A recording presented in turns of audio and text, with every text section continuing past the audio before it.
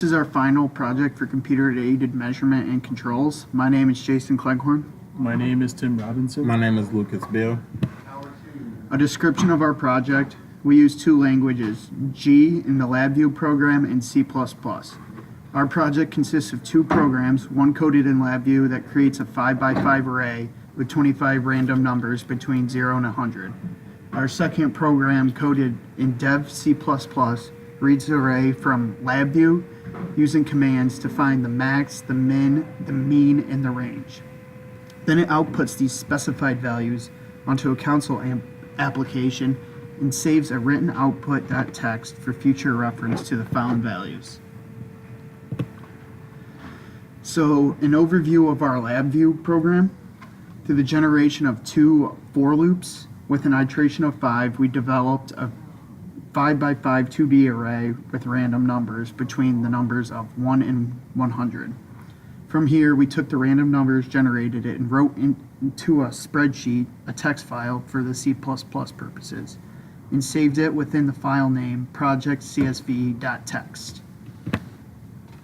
So for our output values for LabVIEW, as you can tell, we use a 5x5 array with random numbers to get what you see below. The C++ headers, we use 3 libraries and 1 namespace for the rest of our files. This allowed our code to be read through the text. The last 2 libraries and namespace allows us to make our code simpler to use through the whole program. Okay, so this is the main part of the C++ file. The first 2 main pieces of code that we have here just introduce what the code is and what who created the code. After this, we begin our basically our variable declarations.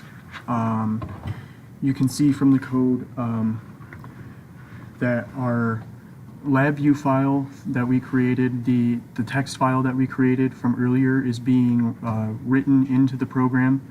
And finally, for part 1, we used an integer max command that is in the CSB library to find the max of the value within the array.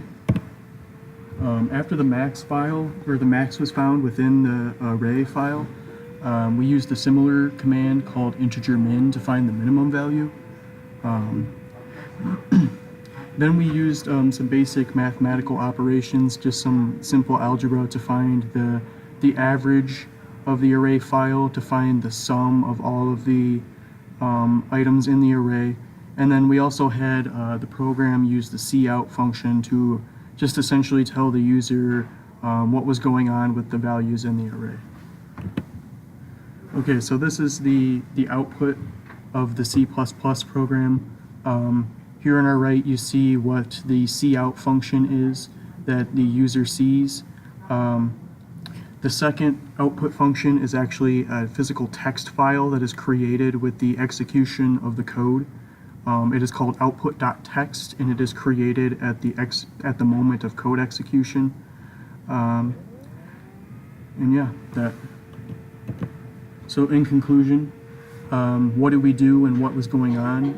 We started by creating a 5x5 array of floats using the G language. The array elements were entered into a text file. This text file was saved and then used in an associated C++ program. Once in C++, the program is executed. Upon execution, the program will read through the text file individually, number by number. The program will sort through the file, making comparisons, just simple algebraic comparisons. It's looking for the mean, range, double of number, min and max. After the Boolean evaluations, the program creates a new output text file and stores the results in that text file. And that is our presentation.